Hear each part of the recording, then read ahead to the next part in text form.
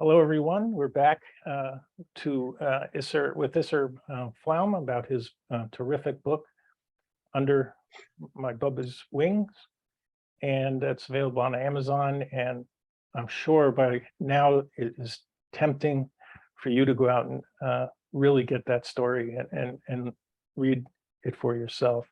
I'm Jeffrey Geisner for the Obligations of Memory podcast network, and I'm the founder of the Jewish Culture and Holocaust Remembrance Group. And we've been really digging in, and now we're going to kind of talk about the book in more detail. But before we get there, I'm going to ask, is there how you met Joni, your wife, and where was it and when was it? And are there any stories about your parents and you bringing Joni home to your parents and what they thought about it as being their survivors? Well, I was on a job in LA, my first job away from home as an engineer in Simi Valley. I lived in the valley. And by that time I was trying to stir up my social life, so. How old were you? Oh, I was probably about 28, 29. So I started joining all these singles groups and so on, but mainly Jewish. I was focused on Jewish girls, and the Valley is a great place, by the way, for that. There's a lot of groups like that, and then somehow I found out about, and there's even like a singles magazine that comes out that lists the parties you can go to and that kind of thing. So I found out about a rabbi, Rabbi Tenenbaum, who was trying to marry off his daughter. So he came up with this is early days of computers. There was no such thing as a home computer. It was all a mainframe kind of computer. So you had to go to a central place to get a computer to run. But he invented this matchmaking service for Jewish people. You could join, give them all your facts and so on. And they tried to match you up, and they would send you a list of 5 or 6 girls with phone numbers, and they would send your names to them too. So it was your job to call the girl and take her out, that sort of thing. So I went out with several girls like that. And then I called my future wife, Joni, and she said, you know what? I decided rather than go out with everybody on my list, I'm going to invite everybody on my list to a party, and they can bring the people on their list. So we have a nice big get together of singles, and she lived in LA, right in the heart of the Jewish area. A lot of Hasidim live and religious people and so on.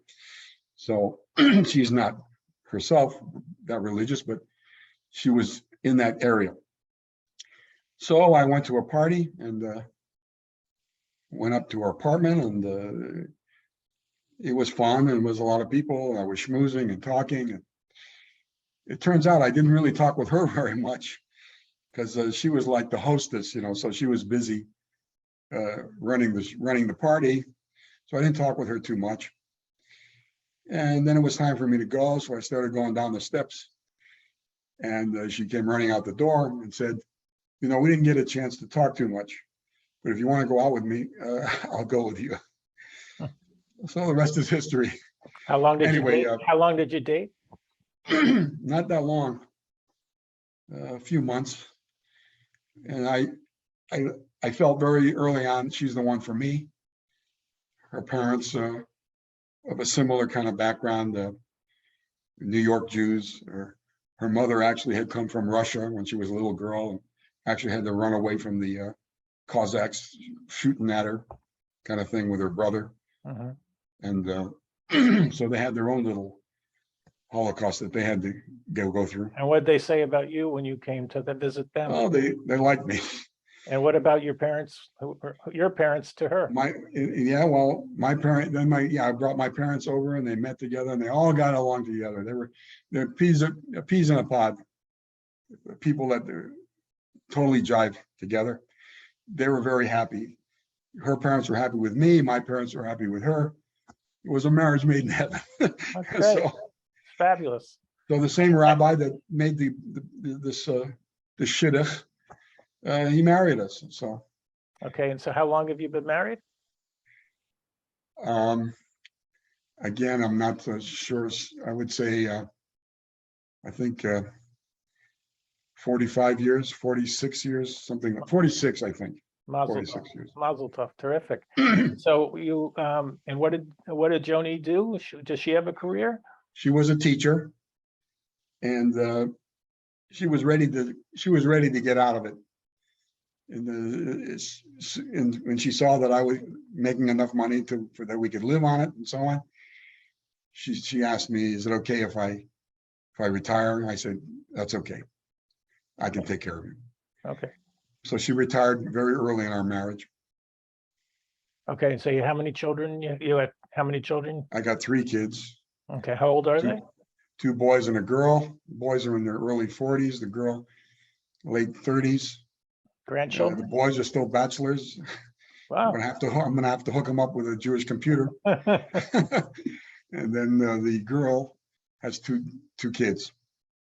So you have 2 grandchildren. Correct. Nice. Very nice. And so and I asked you earlier about your children and their relationship with your parents. How about your children with the relationship on the other side with Joni's parents? It's the same thing. They got along. Joni's parents kind of passed in earlier times, so they were more on the younger side when they passed. But we would still have a lot of family get-togethers. We were living in Orange County by that time. My parents would come up and visit us. Joni's parents would come in at the same time. We'd all get together at our house and we'd go out for lunch and that sort of thing. Or sometimes we'd go to LA and visit over there, etc. So how do you keep customs in your home? Are you Orthodox? Are you conservative? Are you secular? I would say we're traditionally we're not religious. We're not Orthodox, but we are a traditional feel. So when my kids were younger, we'd have Shabbos dinner every Friday night.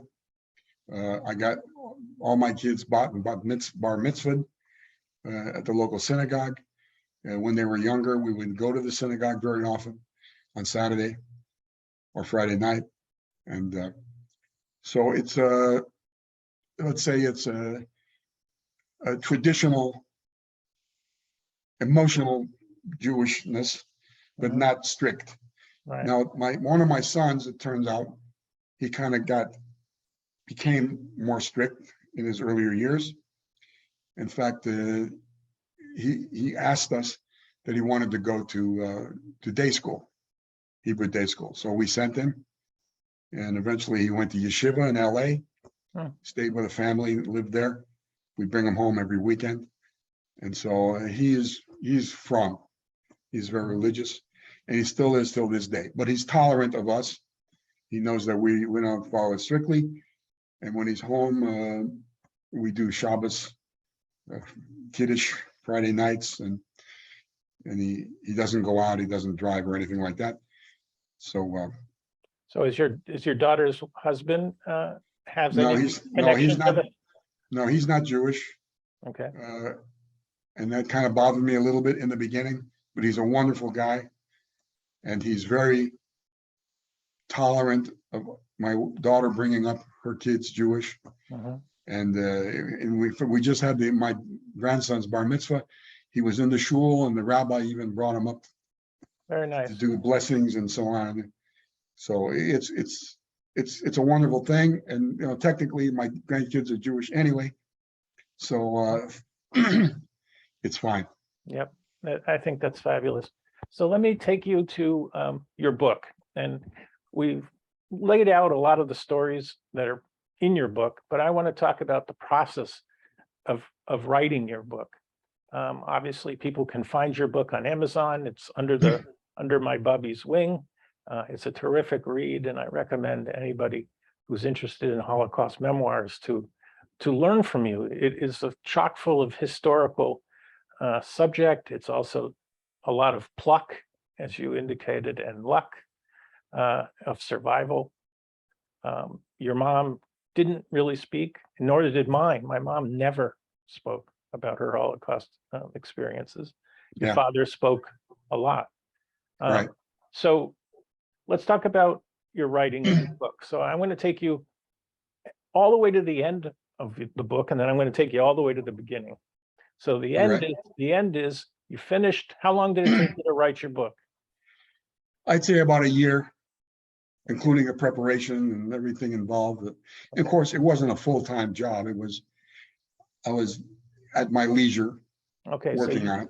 So did you find a publisher, or did you self-publish? I basically self-published, but there's still a publisher involved that helps get it printed and helps get it put on Amazon. Right. I went to Book Locker, which I searched around. I tried submitting my if there was any interest with publishers, and that's when I learned that the big publishers have no interest. If you're an unknown author, they have no interest. Right. So that's when I realized I got to do like a self-publishing kind of thing. They call them indies, independent author. And there are companies that help you get it published that way.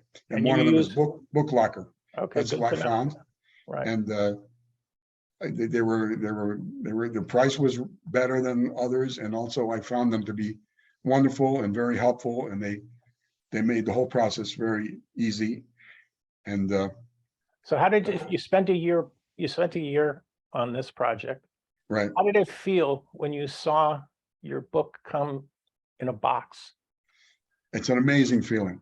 It's a wonderful feeling of achievement, especially with the custom cover that I had made. Tell us about the cover. Yeah. I know it's important to you. Yes. I did a lot of searching through on the internet for actual pictures of the Holocaust.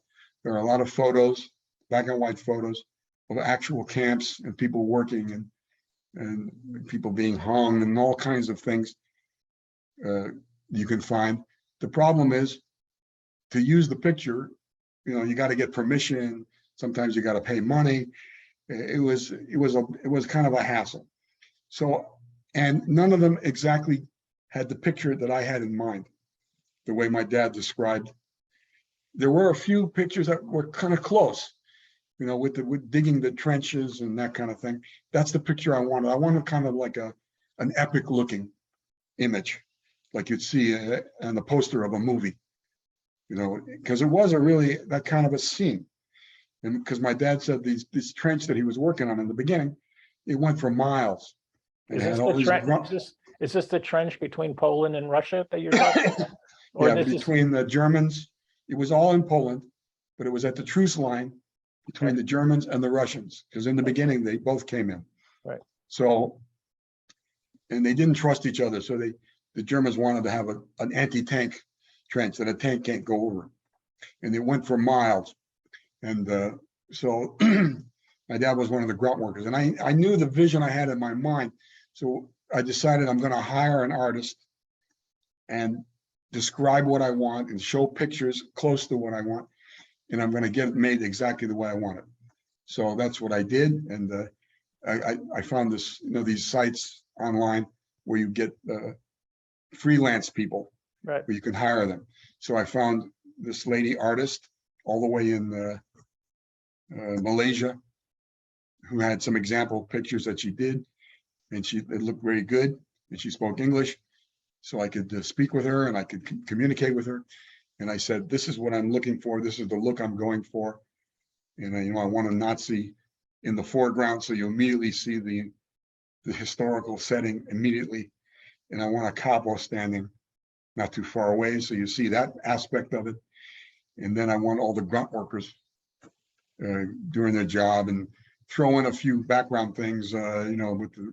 She actually came up with the idea of the phone lines running along the trench, and she put some tanks on either side. So you really immediately understand this is a wartime setting, and this is what's going on.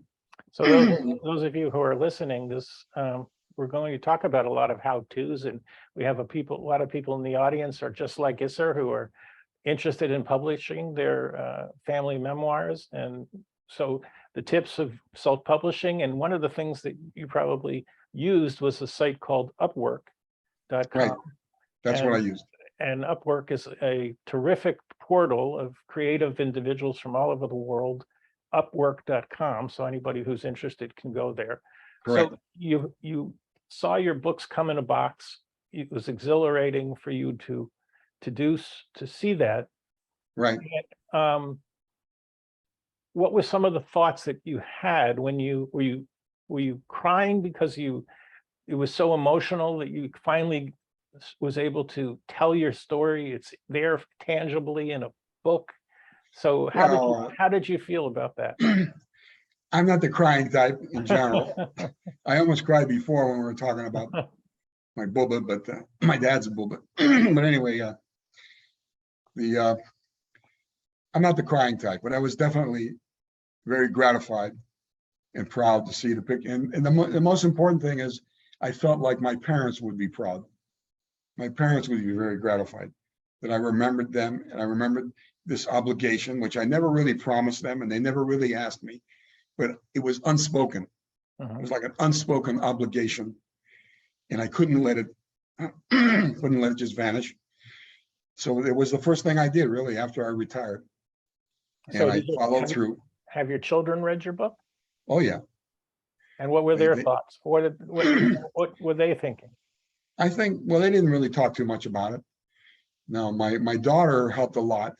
She actually did like an edit pass over it, helped with some of the spelling and wording and this and that. So she knew it very well. I didn't hire a professional editor, but I used my daughter. You know, she was very well educated and so on, so she could do it. So she helped in that way. Also, she helped with the picture, the painting, because even after several passes with the professional artist, there were still a few little things I wanted trimmed. And so she's an expert. She's an expert at the computer. So she immediately did some more processing of the picture, tweaked a few things to get it the way I want it. Now, obviously this is rich in storytelling. So with your children and your daughter and your two sons, did they experience new stories from the book? Yes, my daughter, my boys didn't talk too much about it. I know they read it and I know that they're aware of everything. But my daughter said, hey, I don't remember, I wasn't aware of this, I wasn't aware of that. So she learned some things, entire episodes that she wasn't aware of, that she appreciated learning about. And how about your wife, Joni?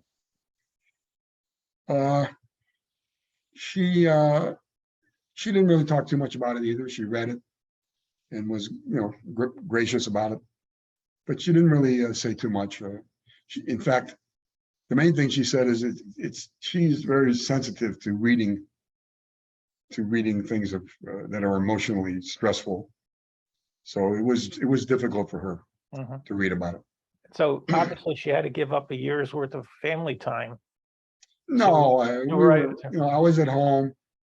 As I said, I wasn't a full-time job. I was at my computer, a few hours a day. I'm going to take you to the very beginning now.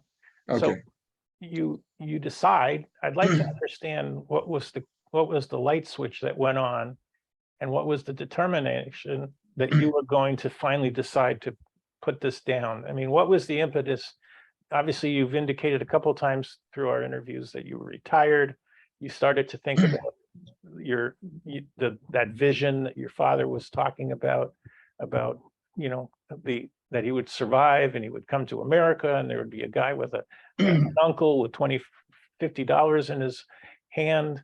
But what was the impetus for you to say, okay, I'm in year 1 of my retirement, or I'm in year 4 of my retirement? Why did you start? And what was the trigger? Well, the retirement was really the number one thing, because now I had a lot of time on my hands and it was in the back of my mind the whole time. So I very quickly came to the conclusion, it's time to go. and start doing this project. Okay, so how did you start? Did you have an outline? Yes, the You main thing talked I to- did was I had all these stories. Most of them are jumbling through my head. Now, along the way, in my dad's older years, I remember coming back to him and taking notes and asking him to refresh me about certain details. So I had some notes, but I remembered most of the stories. And the main thing I needed from him was reminders about names and places and times. And also, he had done a Shoah Foundation witness account. Mhm. So I had that also, which has a lot of the same stories in it. And so I had quite a bit to go on. Then I had to still remember my mom's stories. The same thing I would be later in her later life. I was asking her some details to refresh myself, but I didn't have a lot from her. So I had a paragraph's worth, basically, or one chapter's worth from her. And so the bottom line, what I did is I just created a document, and I started listing all the different episodes that I remember. I tried to get them in order, the episodes of all the experiences that he went through. And just with a quick couple of lines each to remind myself. So how To be many filled episodes, in. how many episodes are there?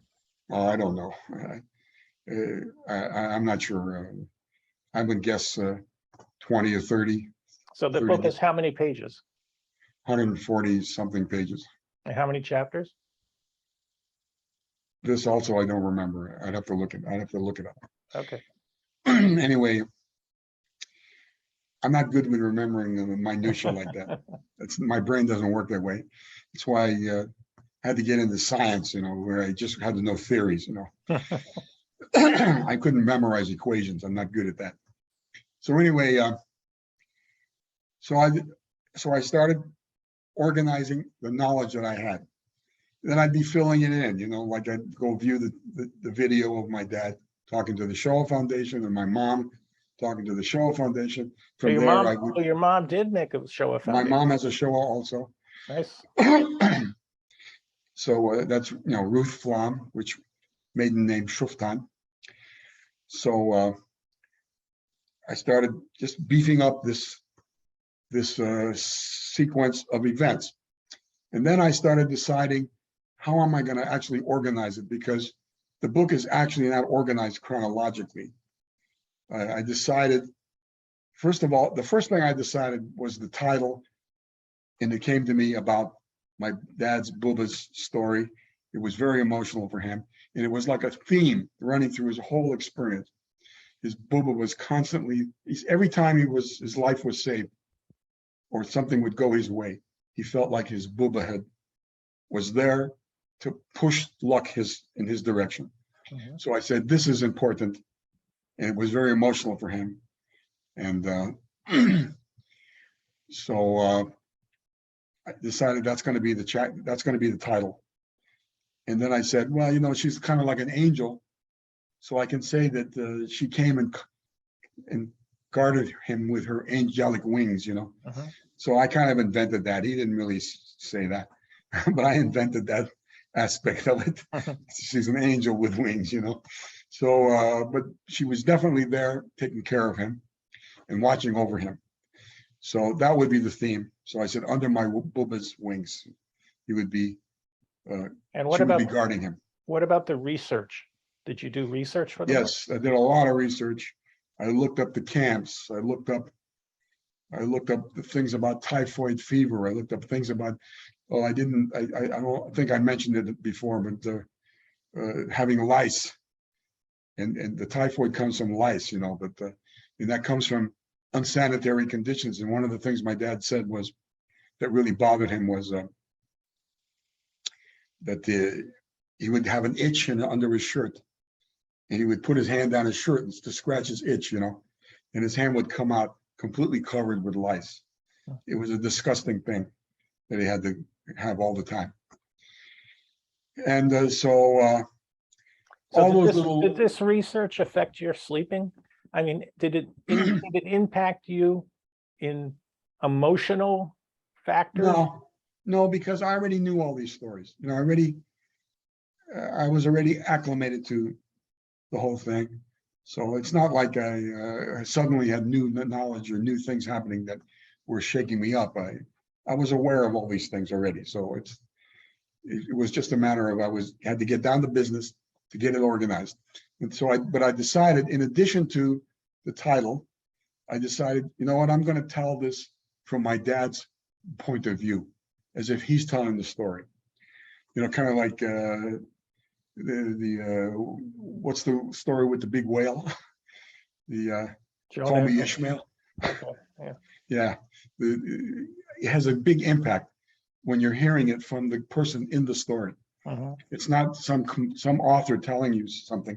It's the person in the story telling you. So I said, I'm going to do it that way. My dad is telling me. And how long did it take you to get to that decision? That was pretty early, just like the title. It was pretty early. Within the first couple of months, I would say. I came up with the title, and I came up with doing it through my dad's voice. And then I also decided I'm not going to do it necessarily chronologically, because one of my goals is I want to take the reader, and because he's being told a story by a witness, he's being taken into the story. And I want him to be immersed into it, kind of like plunged into cold water, suddenly shocked by the reality of what's going on. So I wanted to do it that way. I wanted to plunge the reader and immerse the reader into the predicament that he was under immediately. So that's why my first chapter is not chronologically in the beginning. It's a story where he is digging trenches, and something goes wrong while he's picking. They're in a deep trench, very deep. You know, it's about 10, 15 feet high above his head, and he hits a stone, and the dirt just collapses down. So all of his digging for the last few hours is completely filled up with dirt that pours down like an avalanche. He got very scared, because in that place, anything you did wrong, the slightest thing, they would, especially the capos, they would get very angry at you, and they had to show off to the Nazis that they're tough and they're working for them, you know, and they would come and just beat you to death. It was very common. So when that happened, that mistake of the dirt caving in, he got totally, his heart went into his throat. He said, I'm finished. It's over, you know. So he looked around, he's checking to see if the capo and the Nazis had seen what happened, because, you know, it was a long trench, so they weren't immediately there in front of him. So he said, I got to get this out of here as fast as I can. He was scooping out the dirt as fast as he could to try to clean it up, but it was too late. And a capo came running at him, yelling at him and screaming and waving his baton. And my dad was thinking, this is it. This is over. This is where it ends for me. And he remembers covering his head and his face with his arms, because he thought for sure the guy's going to beat him to death. And you know what happened? He beat the guy next to him to death. So this is the story I opened with. To kind of, as I said, plunge the reader into this horrible predicament that somebody's in. He's working like a horse. He's sweating. And there's people all around him dying in this horrible situation. Can't get out of it.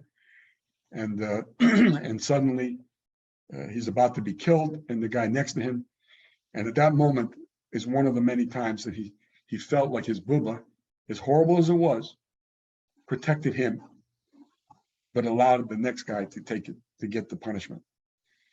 So let's talk about your process. Yeah. So as I said, I was starting with first of all, just all the episodes, and then I started making an outline the way the book will actually be. And it had started with there's three chapters. The first three chapters are not chronological at all. The first is this episode I mentioned about where he got saved in the trench from being beaten. The next one is I jump to where he has the vision of his Bubbe. And this is actually a totally different time frame, because he's in the hospital where he had worked, remember, with the doctor, but he's got typhoid and he's in a delirious state, and then Bubbe comes to him, tells them the story and so on. So I wanted to get that done early, so people understand why it's called this story, the Bubbe, under my Bubbe's wings, because thereafter, everything happening to him, his Bubbe was protecting him. And then the next chapter is another episode, totally not in order, but it was another shocker situation where they're in a camp and they're working, and all of a sudden they're sleeping at night in the bunker, and they hear machine guns, they hear guns firing. Something is going on. And all of a sudden doors go flying open, the lights get turned on, and the Nazis and the SS and the capos come running in, yelling and screaming, just everybody out, everybody out. It's the middle of the night, and they're all scared. What's going on now? Then they heard rumors that one of their own had gotten up from the bunker and had gone out to go to the latrine. And somehow he had urinated in the pathway. I guess maybe he couldn't make it on time to the latrine. And the Nazis hated that. They hated when you did this thing you're not supposed to urinate in this pathway. And they made him very angry. So they lined everybody up outside, and they were very scared. And they looked around.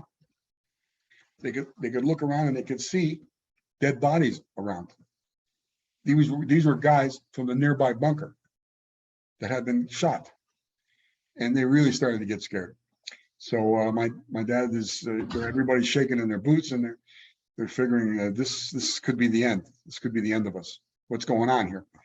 And so this big SS officer, somebody that they usually don't see, a high-ranking guy, comes in front of them and starts yelling, I want to know the name of the man that went out and pissed on the walkway. We want to know the name of the man. And everybody's looking at each other, well, what's the name of the guy? We don't know the name of the guy. And pretty soon they look behind the officer and the guards, and they see there's a guy on the ground with a machine gun. And he's pointing it at him, and he keeps swaying it back and forth across their rows. And it's smoking. His gun is smoking. They clearly had already killed a bunch of guys, and they're next. If they don't find out who's the guy that urinated in the wrong place. They're all shaking in their boots and scared. And the guy starts counting to 3. 1, 2, 3. And my dad figured, this is it. This is where it all ends for me. And then all of a sudden, he said, one guy in the group picks up his hand and starts yelling, I know who did it. And the counting stops. And everybody was looking at each other, and he points to a particular guy. He picks out a guy who's the victim. And then pretty soon, several other guys say, yeah, that's the guy. Several other guys agree. They corroborate. And then my dad realizes this guy is totally innocent, and he knows why they picked him. He's the schlemiel of the group. My dad said every group had 1 or 2 schlemiels, which were guys who were totally awkward and unprepared for the hard work, the labor, and so on. They were typically academic types, students or teachers or something like that. They were just lucky that they had lived this long in this environment where you got to work like a horse. And they couldn't be relied on to actually get anything done. They hardly knew how to pick up a shovel. That's why they call them the schlemiels. And this is the guy that this one guy picked out as a sacrifice. And as horrible as it sounds, that's what happened. And a few other people yelled out, yes, that's the guy. And the commandant seemed like he was satisfied with that. And they sent his SS, they grabbed the guy and pulled him out of line. And the guy's yelling and screaming, it's not me, he's wailing his innocence. And then they send all of the other guys back to their bunks. And he said, we all went back to our bunks, but nobody could sleep because we could hear the guy wailing all night because they were beating him to death. outside. So this is why, again, he had to thank his Bubbe. Is as terrible as alternative that happened, she was making sure that he was not the one out there. Well, we're getting So- close to the end of our Yeah, last episode. So I want to ask you to give the audience a recap of how this book, since it's been published, and when was it out? When did you publish it? end of December 15th, 2017. Okay, so Which tell that's, us. by the way, is my dad's birthday, December Wow. 15th. That's beautiful. Nice. What an honor. And let me ask you, what has been the reaction from people who read your book, and what are you doing to market the book? The people that review, I have about a dozen reviews, and they're all 4-star. So the people that reviewed it liked it, and other people liked it. My daughter sent people. I did a few meetings with people.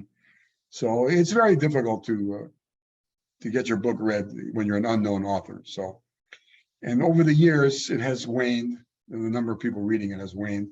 It's kind of down to a trickle now. So sometimes I give the book away. I tell people I give, and these days I give the book away more than I sell any, but I don't really care about selling it to make money. I only care that the book should not, vanish from the record. The story shouldn't vanish. The story should go on, right? The story should go on. Well, what we've done today has been part of your legacy.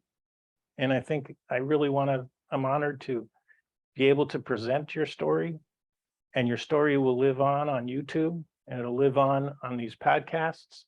And you have now me as a marketer of your story. And so I want to thank you, Iser, for spending close to more than 2 hours with me and to tell your story. It was a beautiful story. It's a beautiful time to get to know you at such a deep depth that I didn't know you before, and you taught me history today. So I am very pleased to do and have you do so, and I want to thank you. And I'm very honored and grateful to you for not just for this interview, but for the work you do. It's a big mitzvah, as I've told you. It's a great good deed that you do Well, to thank keep you these very stories much. alive. That Yeah, they must not die. And I do that to honor both my parents, who never spoke about it, who never did a Shoah interview. And I've been learning their story, puzzle piece by puzzle piece by puzzle piece. So again, I want to thank you. We'll talk again soon.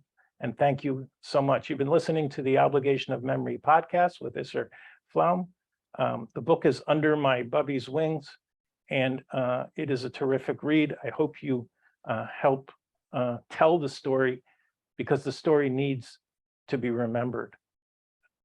I'm Jeffrey Geisner, founder of the Jewish Culture and Holocaust Remembrance Group on YouTube and Facebook, and now on Spotify, Amazon, and Apple podcast networks, where you'll hear Iser's story forever. Thanks so much, Iser, again. Be well. Bye-bye now.